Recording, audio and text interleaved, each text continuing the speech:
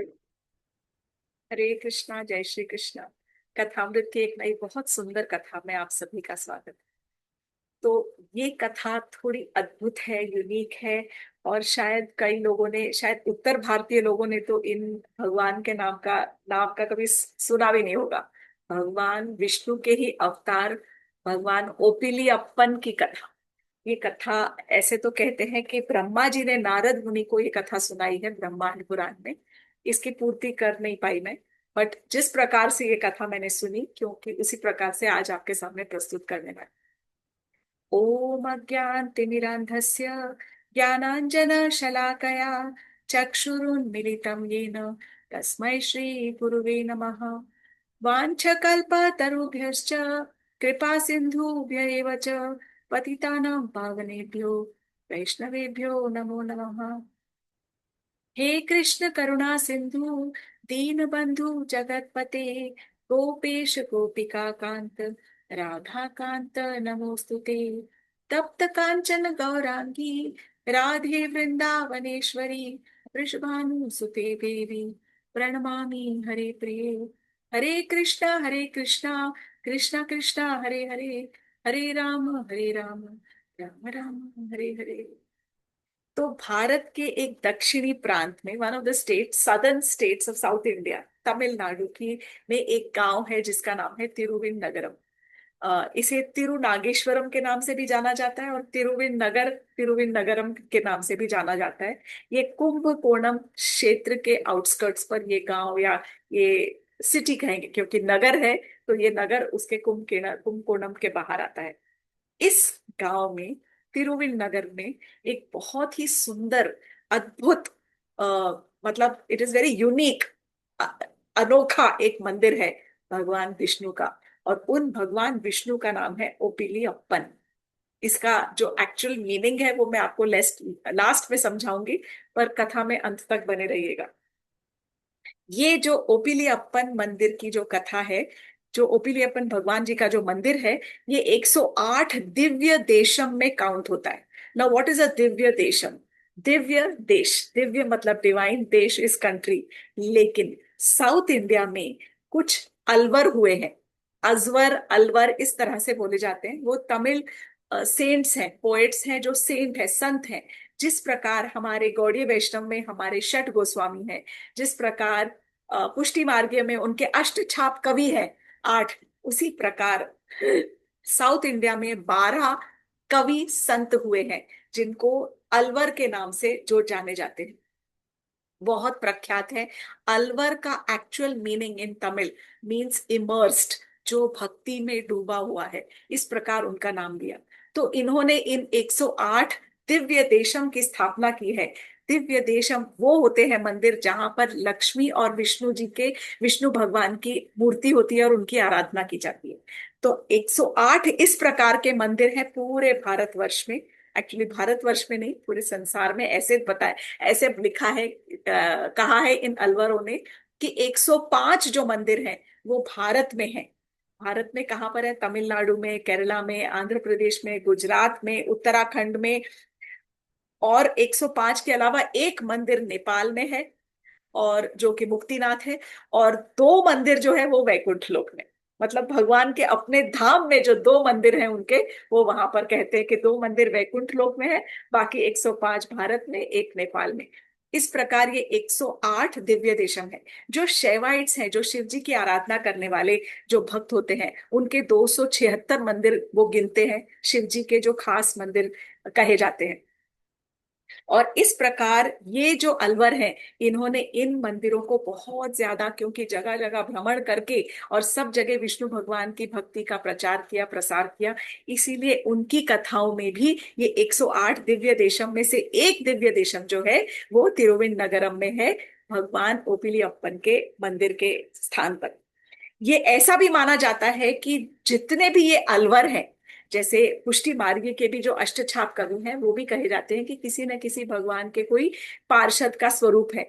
इसी प्रकार ये जो 12 अलवर हैं, उन्हें ऐसा माना जाता है कि ये भगवान के किसी न किसी एट्रीब्यूट या किसी उनके मतलब उनका ही कोई एक अंग का, या कोई उनके पार्षद का वो एक इनकारनेशन है, उनका स्वरूप है, यहाँ पर अवतार हुआ है। जैसे किसी अलवर को माना जाता है कि भगवान जी की गदा का अवतार है, भगवान जी के चक्र का अवतार है, भगवान जी के शंख का अवतार किसी एक अलवर को माना जाता है, तो किसी के माना जाता है कि भगवान के जो वक्षस्थल है उनका अवतार है, भगवान की वनमाला का अवतार है, उनके शारंग धनु जो उनका धनुष है उसका अवतार है, कोई भगवान के खड्ग का अवतार है। और एक जो 12 अलवर में से एक अलवर है जो कि स्त्री संत है, वो है अंडाल। उनकी मैं कहानी सुना चुकी हूँ पहले। और वो अंडाल जो है संत, वो कहते हैं कि वो भूदेवी का ही अवतार है। वो बिल्कुल उसी स्थान उसी प्रकार से उनकी अ, बनाई जाती है मूर्ति और उनकी आराधना कही जाती है।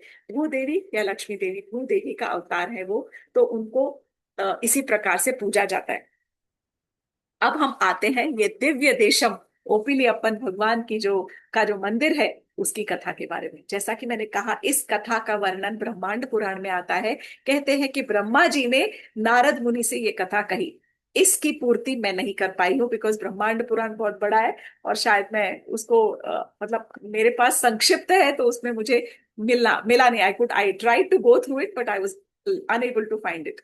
तो कथा, भले लोक कथा हो या कथा अगर कोई बड़े संतों से आती है, आचार्यों से आती है, जैसे ये 12 अलवर हैं और नामाज्वर, मतलब जो नामा अलवर के नाम के जो अलवर थे, उन्होंने ये कथा खास अपने किसी भक्ति ग्रंथ के अंदर लिखी हुई है। तो इस प्रकार आती है कि एक बार तुलसी देवी ने बहुत दुखी मन से भगवान विष्णु से प्रार्थना की और कहा कि हे प्रभु, आपने लक्ष्मी देवी को तो अपने छाती पे, अपने हृदय में समाया हुआ है, अपने वक्षस्थल पर स्थान दिया है और अपने हृदय में रखा है। उनको वरण किया है, उनको पत्नी स्वरूप दिया है, पद दिया है। मैं भी आपकी हमेशा भक्ति करती हूँ और आपने मुझे तो अपने चरणों में स्थान दिया है। मुझे कुछ और स्पेशल, कुछ वरदान दीजिए। मुझे आपसे एक स्पेशल ब्लेसिंग्स चाहिए, आशीर्वाद चाहिए। तब विष्णु भगवान ने उनसे कहा कि हे देवी, लक्ष्मी जी ने कई कई वर्षों तक तपस्या करके और मुझे पति देव प्राप्त किया है, परंतु अब लक्ष्मी जी जल्द ही धरती पर अवतार लेने वाली है। तो उस समय आपके लिए एक स्पेशल कार्य है। ये है कि आप जहां पर वो कावेरी नदी के तीर पर, कावेरी नदी के किनारे पर वो प्रकट होंगी। देखिए, देवी जन्म नहीं लेती है। जितनी देवी है, सीता जी है, राधा रानी है, लक्ष्मी जी है, दुर्गा देवी है, कोई जन्म नहीं लेता, सब प्रकट होते हैं। कोई किसी के गर्भ से नहीं कोई देवी प्रकट हुई। तो जब उन्होंने कहा कि लक्ष्मी जी प्रकट होंगी धरती पर, उनका अवतार होने वाला है, वो प्रकट होंगी कावेरी नदी के तट पर, और वहां पर आप जाकर एक पौधे के स्वरूप में, मतलब तुलसी के ही रूप में, वहां पर आप पहले से ही बस जाओ। और तब मैं ये आपको कहता हूं कि लक्ष्मी जी जब वहां प्रकट होंगी, तब वो आपकी छत्र छाया में, अंडर योर शैडोज, आपकी छत्र छाया में प्रकट होंगी और वो आपकी गोद में प्रकट होंगी। So this was such a nice way to मतलब प्लीज तुलसी देवी। और तुलसी जी को उन्होंने कहा कि आपकी गोद में प्रकट होंगी, आपकी छत्र छाया में प्रकट होंगी, और उसके बाद फिर मैं वहां पर स्वयं अवतार लूंगा और मैं प्रकट होकर मैं अपनी पत्नी को फिर से उनसे विवाह करूंगा, लक्ष्मी जी से, और तब मैं आपको खास वरदान भी देकर जाऊंगा। ये कथा कहने के बाद में, और तब उन्होंने, भगवान विष्णु ने तुलसी देवी को उसी समय खास आशीर्वाद दे दिया कि मैं तुम्हें आशीर्वाद देता हूँ और आपको देवी मैं ये वरदान देता हूँ कि जो भी आपके पत्रों से, आपके पत्तों से मेरी आराधना करेगा, उसे अश्वमेध यज्ञ का फल प्राप्त होगा। ये तो हम तुलसी देवी के महात्मा में भी सुन चुके हैं। जो भी आपके वन के आसपास रहेगा, जहां पर तुलसी का वन होगा या तुलसी ज्यादा पनप रही है, वहां पर जो रहेगा, उसे डेफिनेटली मोक्ष प्राप्त होगा। और मैं आपको वचन देता हूं कि मैं हमेशा आपके पत्तों की माला अपने ऊपर धारण करूंगा, अपनी छाती के साथ में लगा के रखूंगा। भले वो मेरे हृदय में विराजती हैं, पर आप मेरे स्वरूप के ऊपर, और मुझे सजाने के लिए आप विराजोगी। मैं जब भी तुलसी जी से, जब भी मैं लक्ष्मी जी के साथ विवाह करूंगा, तब सबसे पहले मैं आपके पत्तों की माला को ग्रहण करूंगा अपने ऊपर, फिर मैं लक्ष्मी जी के साथ विवाह करूंगा। तो ये प्रथा आज तक चलती आ रही है, क्योंकि विष्णु भगवान ने इसी प्रकार के वरदान तुलसी देवी को दिए।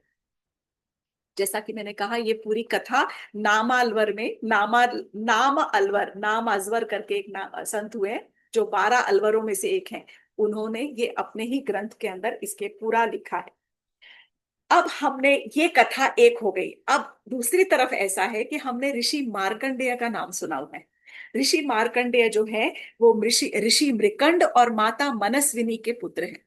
कालजयी माने जाते हैं। इनकी कथा बहुत ही अद्भुत और यूनिक है। तो एक बार ऋषि मार्कंडेय बहुत बहुत उनका इच्छा थी, इतनी तपस्या करने के बाद उनके मन में ये इच्छा प्रकट हुई कि काश लक्ष्मी जी मेरे घर में मेरी पुत्री के रूप में प्रकट हो जाए तो कितना ही अच्छा होगा। तो वो पूरे देश देश में जब भ्रमण करते थे जगह जगह पर, because he was roaming across the globe, तो वो जब जगह जगह पर भ्रमण करते थे, भ्रमण करते करते जब वो दक्षिण भारत के इस नगरम में आए, तिरुविन में, तो वहां पर उन्होंने तुलसी देवी का जो वन देखा। सब जगह तुलसी फैली हुई थी कावेरी नदी के तट पर। वहां वन देखा तो उन्हें लगा कि मुझे अब यहीं बैठकर तपस्या करनी चाहिए, बहुत सुंदर जगह है। वहां पर बैठकर उन्होंने 1000 वर्षों तक मार्कंडेय ऋषि ने तपस्या की है। तपस्या की है किसकी? लक्ष्मी देवी की तपस्या की है। और केवल एक ही मन से, एक ही भाव से तपस्या की कि हे माता, हे देवी, मैं बहुत अ, प्रबल इच्छा है कि आप मेरे घर में पुत्री स्वरूप आप प्रकट हो और मैं आपका विवाह संपन्न कर सकूं। तो इस प्रकार जब 1000 वर्ष हो गए, तब एक जैसे ही उन्होंने आंख खोली, तब उन्होंने वहां पर देखा कि तुलसी देवी की ही छत्र छाया में वहां पर एक छोटी सी बच्ची, 2 साल की बच्ची जो थी वहां पर बैठी हुई थी और प्रकट वहीं पर बैठी थी। मार्कंडेय ऋषि ने उनको देखा और उनके हृदय में एकदम ममता जागृत हो उठी।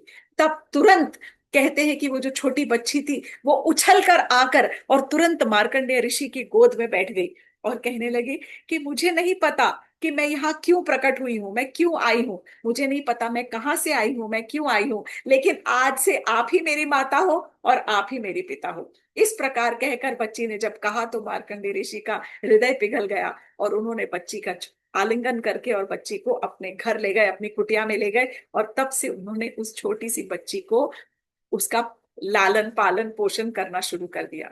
हालांकि वे स्वयं एक ऋषि थे और मधुकरी करके अपना जीवन व्यतीत करते थे। कई कई जब तो तपस्या करने की इतनी आदत होती है जिनके संतों को, वो तो कई दिनों तक बिना खाए पिए निकाल लेते हैं। परंतु अब उन्होंने अपने तपोबल से इतना सब इतना प्रेम दिया और इतना कंफर्ट दिया है उस छोटी सी बच्ची को कि सब तरह से उनको लालन, कोई कमी नहीं छोड़ी उस बच्ची के पालने में। बहुत ज्यादा प्रसन्न थे, अपने घर ले गए थे। तब उन्होंने उस बच्ची का नाम रखा भूमा। भूमा अर्थात भूमि से जो प्रकट हुई हो, इस प्रकार की भूमा। उन्हें अंदर ही अंदर विश्वास था कि ये लक्ष्मी जी ने मेरी जो प्ली थी, जो मैंने उनसे प्रार्थना की थी, वो उन्होंने मेरा स्वीकार कर ली है। बहुत अच्छे से उन्होंने लालन पालन किया।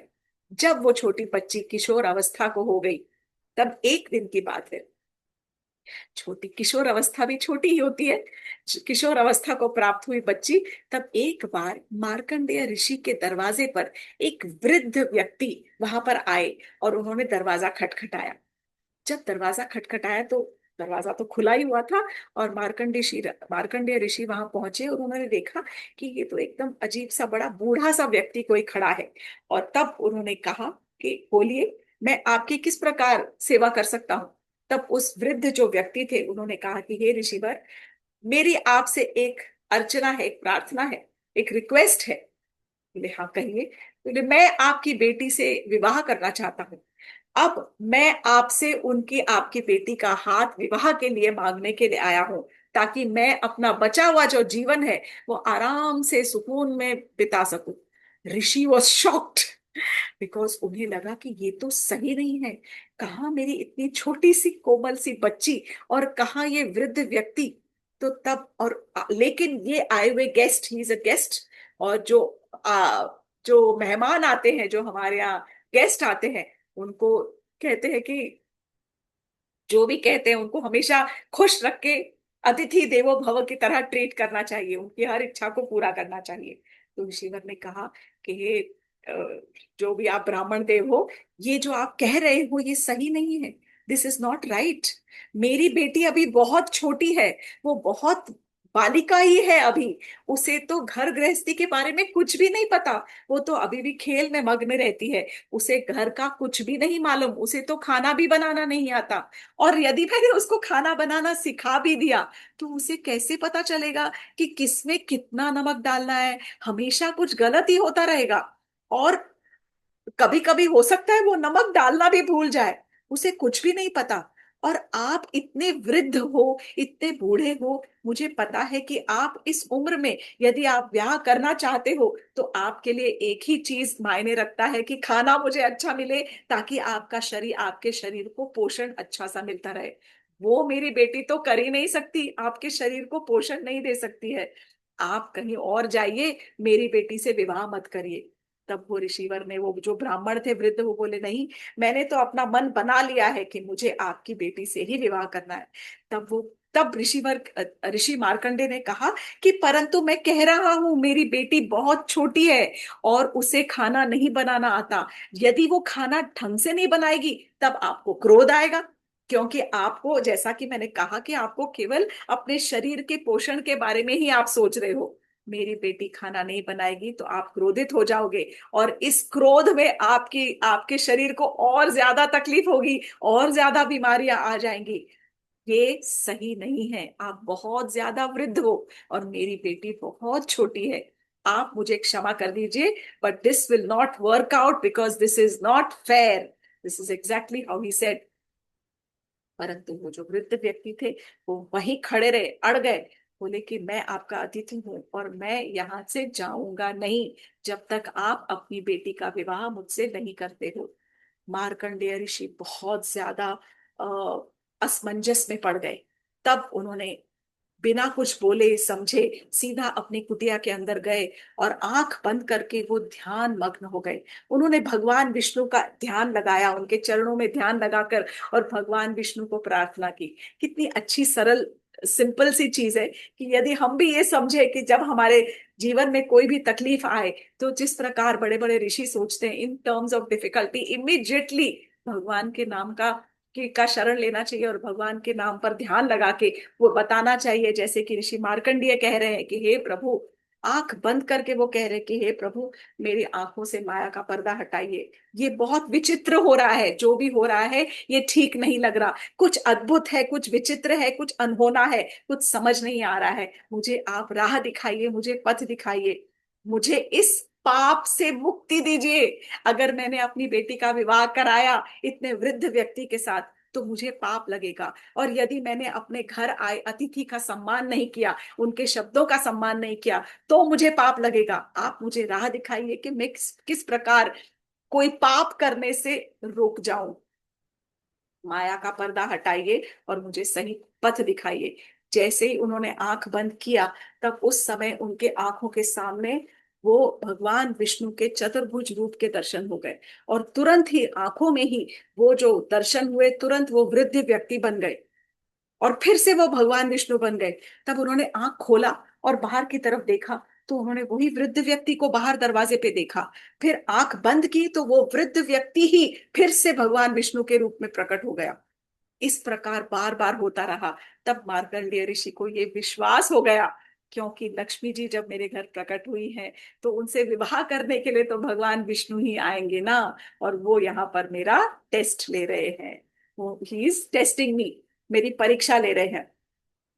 तब भगवान मार्कंडेय ऋषि को अपने तपोबल से तुरंत ये ज्ञान हो गया कि ये जो बाहर खड़े हैं ये और कोई नहीं परंतु ये भगवान विष्णु ही है।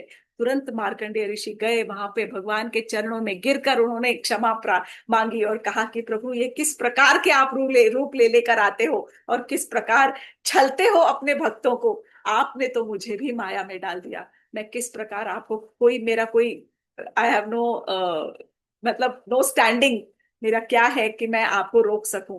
ये आपकी ही पत्नी है, ये मेरी बेटी है, हाँ अभी छोटी है, पर आप इससे विवाह कीजिए। जब इस प्रकार कहा तो तुरंत उनकी जो बेटी थी भूमि देवी वो बहुत प्रसन्न हो गई। और तब बहुत धूमधाम से ग्रैंड मैरिज सेरेमनी लिखा है। एक शुभ नक्षत्र निकाला गया, शुभ मुहूर्त कौन सा, श्रावण नक्षत्र था। परंतु महीना जो तमिल महीना आता है एक अयप्पस आईपसी करके कोई महीना है। Aippasi is a Tamil month, that is mid October to mid November के बीच में एक खास मुहूर्त निकाला गया। श्रावण नक्षत्र में भगवान विष्णु का भूमि देवी के साथ में विवाह संपन्न कराया गया। सारे देवी देवता आए उस विवाह को अटेंड करने के लिए। सेरेमनी को ब्रह्मा जी स्वयं आए और ब्रह्मा जी ने ये विवाह करवाया। नहीं, ब्रह्मा जी ने विवाह करवाया और मार्कंडेय ऋषि ने अपनी बेटी भूमि देवी का कन्यादान करके और विष्णु भगवान के साथ में विष्णु भगवान को अपने जमाई रूप में प्राप्त किया है। विवाह संपन्न हो गया। अब विदाई का समय आया तो मार्कंडेय ऋषि की आंखों से अश्रु आश्रु गिरने लग गए और वो बहुत दुखी हो गए, बहुत रोने लग गए। और तब जानते हुए भी कि ये तो मेरे जमाई है और ये तो स्वयं भगवान विष्णु है, तब भी पुत्री मोह इतना ज्यादा था, बेटी का मोह इतना ज्यादा था कि तब उन्होंने भगवान विष्णु से कहा कि हे प्रभु, मैं अपनी बेटी आपको दे रहा हूं, पर मुझे आपसे वचन चाहिए। तो उन्होंने कहा, कहो किस प्रकार का वचन। तो बोले कि मैं चाहता हूं कि आज भी मैं मुझे पता है कि मेरी बेटी को खाना बनाना नहीं आता, उसे नमक डालना भी नहीं आता खाने में, तो आज से आप जो भी खाना खाओगे वो बिना नमक का ही खाओगे। तब भगवान विष्णु ने कहा कि इसकी तो आप जरा भी चिंता मत करो, यहाँ पर जो भी मुझे भोग लगेगा, जो भी खाना यहाँ पर बनेगा वो बिना नमक का ही होगा। विदाउट सॉल्ट, मैं नमक का बिना नमक के खाना खाऊंगा। लेकिन मैं अपने भक्तों को ये आश्वासन देता हूं कि यहाँ के बिना नमक का भी जो भोजन है उसमें कई गुना अच्छा स्वाद होगा और पता भी नहीं चलेगा कि इसके अंदर नमक नहीं है। मतलब इतना स्वादिष्ट होगा ये जो भोजन बनेगा, और उसे ही मैं ग्रहण करूंगा। तब मार्कंडेय ऋषि ने कहा कि मैं आपसे एक और वचन चाहता हूं कि आप मेरी बेटी को कभी छोड़ के मत जाइएगा, हमेशा उसके साथ सदैव उनके साथ में यहाँ विराजमान रहिएगा। और तीसरा एक और वचन चाहता हूं कि ये जो जगह है ये मेरे नाम से जानी जाए। तो भगवान विष्णु ने इस प्रकार के वचन दिए कि तीसरा वचन जो था, ऑफ कोर्स वहां पर मंदिर है जहां पर ओपिलियप्पन जो भगवान है, उसका मतलब अभी बताने वाली। ओपिलियप्पन भगवान की प्रार्थना आराधना की जाती है। आज भी वहां पर जो भोग है वो बिना नमक का ही लगाया जाता है। मतलब जो मीठा होता है वो तो मीठा होता है, पर जो नमकीन प्रसाद है उसमें नमक नहीं डाला जाता है। It is saltless food. Simple सी चीज है कि ये बताने के लिए कि सॉल्ट को भी भगवान, मतलब सॉल्ट ऐसे हमारे ईगो की तरह आता है, सो इसेंशियल। हर एक खाने में बिना नमक के स्वाद नहीं आता। और हम हर एक चीज को इतना, it's like you have to, भगवान ने कहा है कि जब मैं नमक जैसी सबसे इंपॉर्टेंट वस्तु को त्याग सकता हूं तो आप भी अपने जीवन से बहुत सारी चीजों को त्याग सकते हो। It is not very difficult. आपको सिर्फ एक प्रण ही लेना होता है, एक संकल्प ही लेना होता है। दूसरा जो अलवर है वो कहते हैं कि जो नमक है that is like our ego, so we have to let go of our ego. यदि हमें भगवान को प्राप्त करना है तो हमें ईगो को छोड़ देना होगा। और ये जगह जो है क्षेत्र, तुलसी वनम के नाम से जानी जाती है, मार्कंडेय क्षेत्र के नाम से जाना जाता है। और बहुत सुंदर यहाँ पर भगवान ओपिलियप्पन का मंदिर है। ओप इन तमिल मीन्स सॉल्ट। तमिल में उप का मतलब है नमक। इल्ला, इल्ला मतलब नो, नो नमक। और अपन मतलब भगवान। तो ओप इल्ला, ओप इल्ला अपन, ओपिली अपन, इस प्रकार उनका नाम पड़ा है। The Lord who eats no salt. एक और अर्थ इसका कहते हैं, जो अलवर हैं, जो संत हैं, उन्होंने एक और अर्थ कहा है। ओपिलियप्पन का मतलब ये भी है कि जिनका कोई कंपैरिजन नहीं है, जिनकी कोई तुलना तुलना नहीं की जा सकती, वो सब तुलनाओं से ऊपर है, ऐसे भगवान जिनके he is above all comparisons. इनकी कोई किसी से, कोई मानव से, कोई प्राणी से, कोई आत्मा से, कोई और किसी से कोई कंपैरिजन नहीं किया जा सकता। इस प्रकार का एक्सप्लेनेशन, जिनकी कोई तुलना नहीं की जा सकती है। आज भी यहाँ पर जैसा कि मैंने कहा बिना नमक का भोग दिया जाता है। एंड ऐसा कहते हैं कि भगवान कहते हैं कि love and devotion is more important then even salt which is the most essential food item. खाने में हमारे सबसे पहले नमक की दानी टेबल पर, किचन में सबसे ज्यादा मसालेदानी के अंदर भी नमक होती है, तो अलग से भी नमक रखा, हर जगह नमक होता है। परंतु भगवान कहते हैं कि भक्ति और प्रेम और भक्ति नमक से भी ज्यादा जरूरी है हमारे जीवन में। यदि हमारे जीवन में प्रेम और भक्ति नहीं है, भगवान के प्रति भक्ति यदि नहीं है, तो वो जो भी आप खा रहे हो, जो कर रहे हो, इट इज ऑल यूजलेस। उसको सबसे इंपॉर्टेंट स्थान देना पड़ेगा, more important then salt in your life. Oppiliappan भगवान को तिरुपति बालाजी का बड़ा भाई भी समझते हैं और कहते हैं। तो वो इसलिए कहा कहते हैं क्योंकि तिरुपति बालाजी का जो अवतार है वो बाद में हुआ, और ये अवतार बहुत पुराना है। आप इमेजिन करिए, मार्कंडेय ऋषि कब हुए हैं? जब प्रलय आई थी तब। तो मतलब कई कई सालों तक, कई युगों तक के उन्होंने प्रलय देखे हैं, क्योंकि वो काल जयी हैं, उन्होंने कालों पर जय प्राप्त कर रखा है मार्कंडेय ऋषि ने। तो ये बहुत पुरानी कथा है। और तिरुपति बालाजी तो बहुत बाद में आए। हालांकि दोनों विष्णु भगवान के अवतार हैं, बट जस्ट बिकॉज ओपिलियप्पन पहले आए तो इसीलिए उनको तिरुपति का बड़ा भाई माना जाता है। तो how did I come across this story? ये जो दशहरे का जो 10 दिन होते हैं, नवरात्रि और Dussehra, from the first till the 10th day, उस टाइम पर जो तमिल लोग होते हैं, तमिलियंस, साउथ इंडियंस काफी, तो कई ब्राह्मणों के घर में एक गोलू करके एक फेस्टिवल मनाया जाता है, जिसमें वो अलग अलग प्रकार के डॉल्स, मतलब मूर्तियां, अलग अलग भगवान के अवतारों की मूर्तियों का डिस्प्ले करते हैं। ऐसे सीढ़ी के प्रकार रखते हैं, और जैसे हम छप्पन भोग कैसे सीढ़ियों पर सजाते हैं या नीचे, तो इस प्रकार वो स्टेयर के फॉर्म में, राइजिंग फॉर्म में भगवान के अलग अलग अवतारों के, दशावतार या अलग अलग रूप के उनके वर्णन करते हैं। अपने जो अलवर हैं उनके दिखाते हैं, मूर्तियां रखते हैं। तो वहां पर मैंने एक जगह पर ये मूर्ति देखी और मुझे लगा कि ये किस प्रकार की मूर्ति है। तब जब मैंने छोटी सी कथा उनसे सुनी भगवान ओपिलियप्पन के बारे में, तो then I did some research, I studied, and I said कि ये कथा तो मुझे सबके साथ शेयर करनी ही चाहिए। आशा है आपको ये अद्भुत और अनोखी कथा, भगवान विष्णु की कथा, पसंद आई होगी। आज की कथा को हम यहीं विराम देते हैं। हरे कृष्णा, जय Shri Krishna. Thank you very much for joining with कथा।